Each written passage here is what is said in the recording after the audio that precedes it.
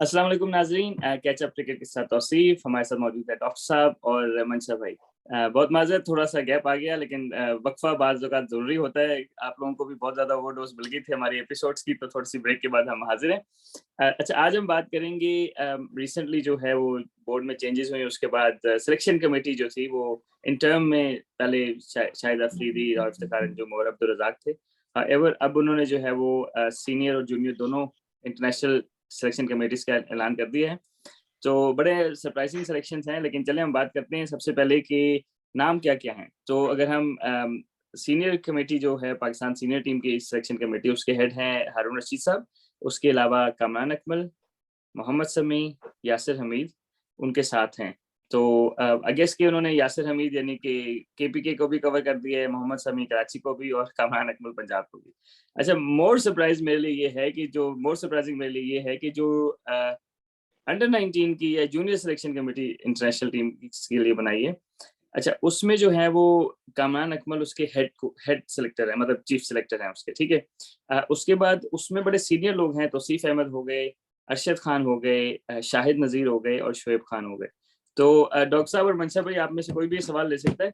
ये कहीं पीसीबी ने कोई प्रिंटिंग में गलती तो नहीं कर दी, जिनको सीनियर कमेटी का सिलेक्शन में लगाना था उनको जूनियर में लगा दिया और जूनियर को सीनियर में लगा दिया?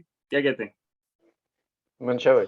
हाँ, नहीं मेरा ख्याल है पहले तो जो हारून रशीद साहब ने लगाए काफी सीनियर है। मेरा 15-16 में भी 2015-16 में भी चीफ सेलेक्टर रहे हैं।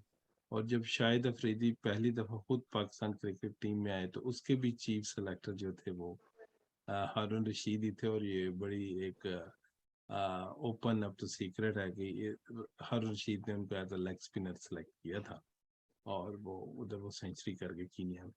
तो यकीनन उनकी सिलेक्शन पे थे शायद अफरीदी भी नहीं इतराज कर सकते कि उनको भी सिलेक्ट हारून रशीद ने किया था। तो एक्सपीरियंस की तो कहीं कमी नहीं नजर आती मुझे, जहां तक आप हारून रशीद की बात कर रहे हैं। बाकी सारे नाम नए हैं और मुझे कहीं भी वो किसी भी वो अपने के पी के में या इधर समी या कहीं भी यासर हमीद कभी नजर नहीं आए। और वो स्टिल अभी वो मेरे ख्याल प्रोबेबल्स में है, जिस तरह जो कामरान अकमल है वो भी अभी तक प्रोबेबल्स में है पीएसएल के। तो इस तरह वो अभी खुद भी खेल रहे थे। यकीनन मैं समझता हूँ कि ये एक अच्छा इकदाम भी होता है कि कुछ करंट प्लेयर्स भी बीच में शामिल हों, लेकिन वो उनके साथ उनको हेड बना देना और उसके बाद जूनियर सिलेक्शन कमेटी का भी हेड बना देना इतने एक्सपीरियंस लोगों के होते हुए, तो ये जरा नामुनासिब सी बात लगती है। और काफी कुछ हो रहा है, तो मेरा ख्याल है ये भी उसके एक वो कड़ी है कि बिल्कुल ही नए नाम हमारे सामने आ गए। क्योंकि एक्सपीरियंस है इसमें ऐसी बात नहीं होती। और आगे भी हम कई प्रोग्राम में बात कर चुके हैं कि जिस तरह कोचिंग के कोर्स निकले हुए लेवल 1 लेवल 2, तो मेरा सिलेक्शन कमेटीज के भी कोर्सेज होने चाहिए जिससे कुछ पता लगे कि ये लोग मुस्तनद लोग हैं जो आगे कौम की बागडोर संभालने वाले इंटरनेशनल क्रिकेटर्स और जूनियर क्रिकेटर्स को सिलेक्ट करेंगे। अच्छा डॉक्टर साहब, आपसे सवाल ये है कि नजम सेठी साहब ने कहा है कि जिन लोगों को हमने सिलेक्शन कमेटी में रखा है उन लोगों ने मुल्क की बड़ी खिदमत की है एज अ प्लेयर्स। तो जिस तरह हम कोचिंग को और खेलने को सेपरेट करने की कोशिश करते हैं, तो उसी तरह सिलेक्शन में जो है वो ऑब्वियसली क्या अच्छा क्रिकेटर अच्छा सिलेक्टर बन सकता है?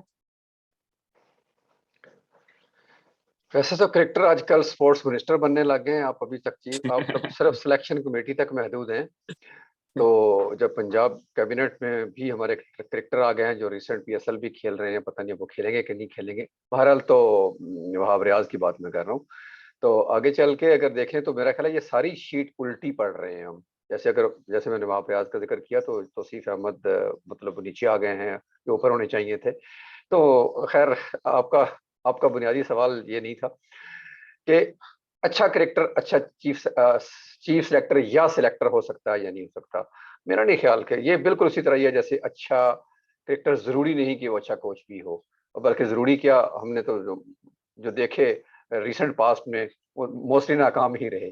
ज्यादातर वो लोग जो एक प्रोफेशन इसके साथ अटैच हैं वो ही ज्यादा कामयाब रहे हैं, बेशक वो खुद अच्छे क्रिकेटर थे या नहीं थे। जी। अ- अच्छा, मंशा भाई, अब आपसे सवाल ये है कि अगर हम कामरान अकमल को जूनियर सिलेक्शन कमेटी का हेड लगा दिए, ठीक है। अब हेड वो बंदा होता है, ये नहीं कि आपने किसी बंदे को मैनेजर लगा दिया, बंदे ने नीचे वाला काम किया होगा तो ऊपर मैनेजर लगेगा ना। ठीक है। तो उसमें ऑब्वियसली डायनामिक्स होती हैं सिलेक्शन की हर तरह, नीचे से अगर चीफ सिलेक्टर है तो उसको किस तरह फीडबैक लेना है, किस तरह इंफॉर्मेशन लेनी है प्लेयर्स के बारे में, और फिर बाकी जो सिलेक्टर्स हैं जो उनके साथ कोऑर्डिनेट किस तरह करना है, तो उसका मतलब जीरो एक्सपीरियंस है as a chief selector. On the other hand Rao Iftikhar Pakistan A team के कोच रहे हैं, पाकिस्तान अंडर 19 के, पाकिस्तान अंडर 16 के कोच सिलेक्टर रहे हैं, ठीक है। उनको मक्खन में से बाल की तरह गायब कर दिया। आई डोंट नो उसका क्या रीजन है, लेकिन what I am trying to say is कि अब Kamran Akmal head coach head मतलब चीफ सिलेक्टर लग गए और उनका कोई एक्सपीरियंस नहीं है किसी भी स्टेज पे, किसी भी मरहले पे उन्होंने किसी भी एज ग्रुप की सिलेक्शन की हो पहले। तो क्या ये खुला तजाद नहीं मनसा भाई? मेरे ख्याल काफी चैलेंजिंग जॉब है, और ये यकीनन खुला तजाद है कि जो कहते हैं और होता कुछ है। तो कामरा नकल की बात नहीं कर रहा, पीसीबी की बात कर रहा हूँ, वो कह कुछ रहे हैं और कर कुछ रहे हैं। तो यकीनन वो इसमें आपकी बात बिल्कुल सही है कि उसका कोई क्राइटेरिया होना चाहिए बनाने का। इससे हमारी किसी फर्द के खिलाफ बात नहीं है कि कामरा नकमल क्यों है या फलां क्यों है। किसी का भी एक्सपीरियंस कुछ भी हो, कुछ तो क्राइटेरिया हो उसको लगाने के लिए, कि आप उसको चीफ सेलेक्टर बना रहे हैं और मतलब वो अभी तक उनको कोई ऐसा तजर्बा ही नहीं है कोई टीम सेलेक्ट करने का। क्योंकि वो मेरे टीवी पे भी उनसे सवाल हुआ सिलेक्टर बनने के बाद, उन्हें पूछा कि ये पैनल में आपके ये बंदे हैं तो आपकी, हाँ उसने कहा मैंने सिर्फ अभी तक सुहेल तनवीर से मेरी फोन पे बात हुई है। तो मतलब वो बात भी तो उन्हीं से कर सकते हैं जो उनके साथ कुछ खेले हैं या कुछ मरासिम है। आई डोंट नो कि किस बेस पे के मतलब चीफ सेलेक्टर को भी इत्मीनान में लेके बाकी टीम उनको दी है, या टीम भी सारी उनको वैसे ही दे दी है कि ये आपके साथ होगी टीम। तो कुछ काफी ज्यादा जो है वो मुझे नजर आ रहा है कि कुछ कम्युनिकेशन गैप भी मुझे नजर आ रहा अच्छा डॉक्टर साहब, एक और सवाल है कि हमारे यहाँ जनरली यही होता है कि पॉलिटिकल गवर्नमेंट हो गई, कोई भी हो गई, लोग चाहते हैं कि आप कोई मैजिक करके दिखाएं और आप फिर मैजिक करने की कोशिश भी करते हैं। तो क्या आपको लगता है कि सेठी साहब को इसी तरह कोई मैजिक करने की कोशिश कर रहे हैं कि he will turn the world upside down? Realistically तो नहीं लगता ऐसा हो सकता है, लेकिन आपको लगता है कि शायद वो मैजिक दिखाने के चक्कर में ये सब कुछ कर रहे हैं?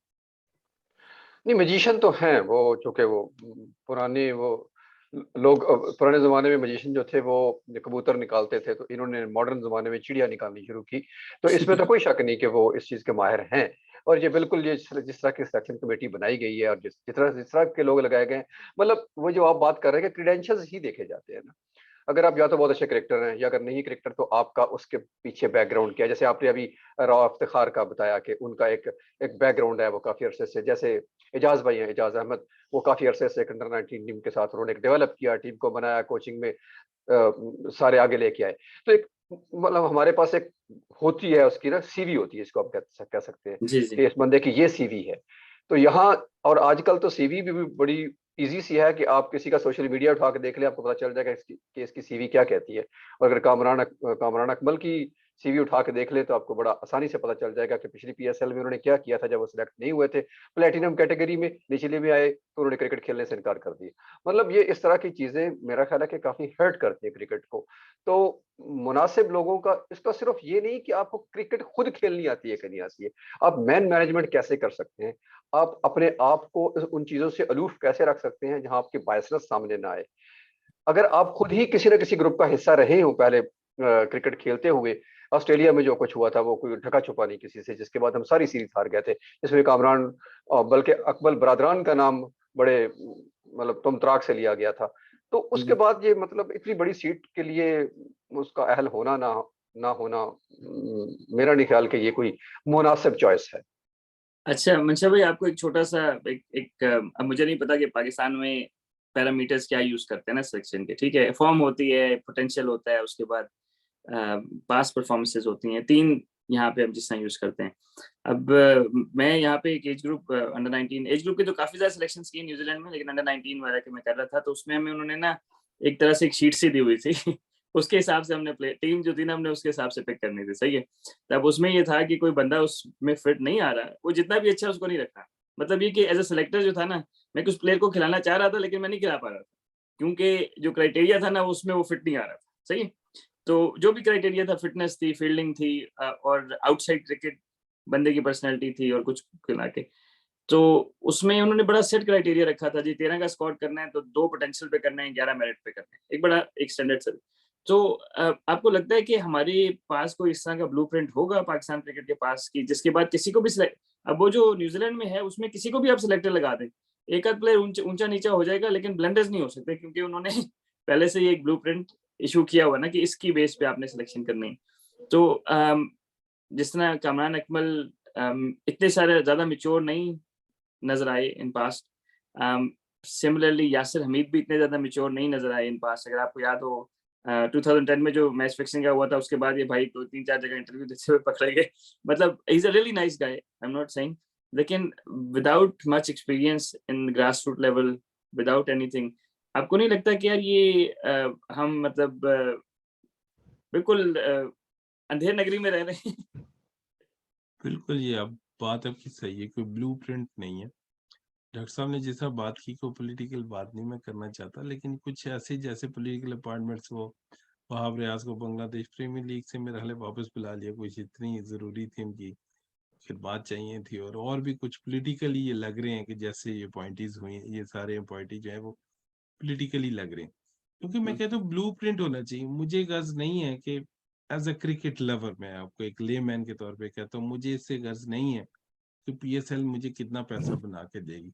मुझे इंडिया की तरफ 40 प्लेयर बना दे, मुझे आप अंडर 19 वुमेन्स का वर्ल्ड कप जितवा दे, मुझे आप अंडर 19 वर्ल्ड कप में फाइनल में पहुंचवा दे, मुझे आप 40 क्रिकेटर निकाल के दे दें, जो अभी 40 में से कोई भी इंडिया में 40 प्लेयर है उसमें खेल सकता है, मुझे ये आप करके दे दें, मुझे गर्ज नहीं है आपने पीछे किसको कोच लगाया, पीएसएल से 200 करोड़ कमाने लगे नहीं कमाने लगे, फॉरेन प्लेयर आ रहे नहीं आ रहे, पीछे थिंकिंग जो है वो डिफरेंट होनी चाहिए कि क्रिकेट को आगे हमने फरोग कैसा करना है, क्रिकेट को प्योरीफाई कैसा करना है, कैसा एक लड़का है कि वो हमने लड़का बना के देना है, जो छुप ना सके और पाकिस्तान की खिदमत करे, उसके अंदर कोई फेवरेटिज्म ना हो कि कौन सा ग्रुप खेलेगा। मुझे बिल्कुल ये कामरान अकमल और ये बरादरान से कोई नहीं है, लेकिन हमारे पास रिसेंट पास में एक भाई ने खेला, दूसरे भाई ने खेलने से इनकार कर दिया। मतलब इट्स नॉट लाइक दैट कि मैं ये क्राइटेरिया कह रहा हूँ कि अगर बिल क्लिंटन की जाती जिंदगी डिस्कस नहीं होनी चाहिए कि वो प्रेसिडेंट थे, आई एम प्रीटी मच, मैं इससे एग्री करता हूँ कि किसी की पर्सनल लाइफ नहीं, लेकिन जो क्रिकेट के साथ रिलेटेड बातें वो यकीनन उनके क्राइटेरिया उसको देखते हुए आपको चूज करना चाहिए। अच्छा सत्य भाई, आप बताइएगा कि उमर अकमल के क्या चांसेस हैं? उमर अकमल की तो खैर मेरा तो वैसे फेवरेट प्लेयर है, रिगार्डलेस ऑफ ओह दैट, अगर रियली? हो जाए तो आई थिंक T20 में उसकी जगह बनती। अच्छा डॉक्टर साहब, मैं उल्टा आपसे एक सवाल पूछूंगा। न्यूजीलैंड, क्योंकि मैं जरा यहाँ पे थोड़ा सा एक्सपीरियंस है और यहाँ पे थोड़ा सा काम किए, क्लोजली काम किया प्रोफेशनल सेटअप्स में। किम लिटिल जॉन एक थे ऑस्ट्रेलिया के लॉन बॉल्स, ऑस्ट्रेलिया के एडमिनिस्ट्रेटर से, ठीक है। न्यूजीलैंड क्रिकेट ने जी जो है वो चीफ सिलेक्टर या सिलेक्शन का जो हेड था ना, उनको बना दिया। तो he was working for no cricketer, he never played professional cricket.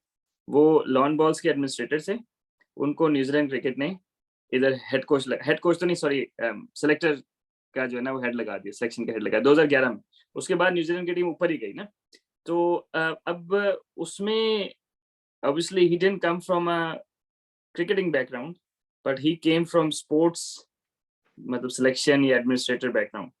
अच्छा, उन्होंने किया ये था कि उन्होंने जो है ना वो यही इसी तरह ब्लूप्रिंट से क्रिएट कर लिया। अगर मैंने मंशा भाई के बारे में ओपिनियन लेनी है तो मंशा भाई के बारे में इनके कोच से ओपिनियन ली, इनके कप्तान से ओपिनियन ली, और जो 5 अदर डोमेस्टिक टीम्स थी ना अपोजिशन, उनसे ओपिनियन ली, ठीक है।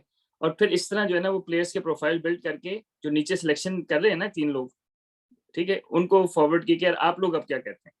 तो बेसिकली वो जो सिलेक्शन कमेटी का ना काम थोड़ा सा आसान कर दिया ना जो नीचे वाले हैं, ठीक है। तो उन्होंने इस तरह चलाया और that was very successful, but they had something like, एक तरह से उनके पास एक ब्लूप्रिंट था कि इस पैटर्न के हिसाब से हमने प्लेयर्स को एनालाइज करना है और फिर उन कंडीशन के हिसाब से किन प्लेयर्स को किन टूर्स पे भेजना है और किन प्लेयर्स को किन टूर्स पे भेजना है। और वो 4-5 साल जब तक वो रहे, वो Greatbatch, Mark Greatbatch को हटा के उनको बनाया था। और Greatbatch was a non cricketing, right, लेकिन this guy did an excellent job. तो आपको ये लगता है कि हम लोग थोड़ा सा प्रोफेशनल उसमें आ जाना चाहिए अब हमें, या हमने इसी तरह पॉलिटिकल अपॉइंटमेंट्स करनी? सर मेरा ख्याल है कि हमारे यहाँ ये होने का नियर फ्यूचर में तो मुझे कोई इम्कान नजर नहीं आता। अगर यही बात होती तो अब मुझे नहीं पता कि रऊफ इफ्तिखार और अब्दुल रज़ाक को मतलब उनके पास कोई और अपॉइंटमेंट्स हैं या वो बनना नहीं चाहते, क्योंकि इंटरिम में अगर वो बने थे तो what's wrong with them. Shahid का तो बज़ाहिर लग रहा है कि शाहिद ने शायद क्योंकि पहले ही कह दिया था कि मैं इंटरिम से आगे नहीं जाऊंगा, क्योंकि उसकी अपनी कमिटमेंट्स हैं, फाउंडेशन वगैरह का काम है, तो डेफिनेटली वो तो समझ आती है। लेकिन अब्दुल रज़ाक और रऊफ इफ्तिखार स्पेशली जो फुल टाइम क्रिकेटर है, मतलब किसी न किसी कैपेसिटी में वो क्रिकेट से ही जुड़े हुए हैं तब से लेके अब बिल्कुल तक, तो क्यों बिल्कुल नहीं उनको ही क्यों नहीं कंटिन्यू करवाया गया? उनकी जगह बिल्कुल एक नया सेटअप आपने उठा के लगा दिया, और वो लोग जो बिल्कुल ही कहीं छुपे बैठे थे कोने में, यासिर हमीद, मतलब यासिर हमीद, मोहम्मद शमी, सबका वही है कि ये खुद भी ऑन एंड ऑफ क्रिकेट खेले हैं। ये किसी भी दौर में ऐसा नहीं हुआ कि ये लगातार क्रिकेट खेले हैं। उनकी अपनी भी सिलेक्शन पे हमेशा क्वेश्चन मार्क रहा। वो थोड़ा टाइम है जब यासर ये सभी लगातार खेले हो क्रिकेट।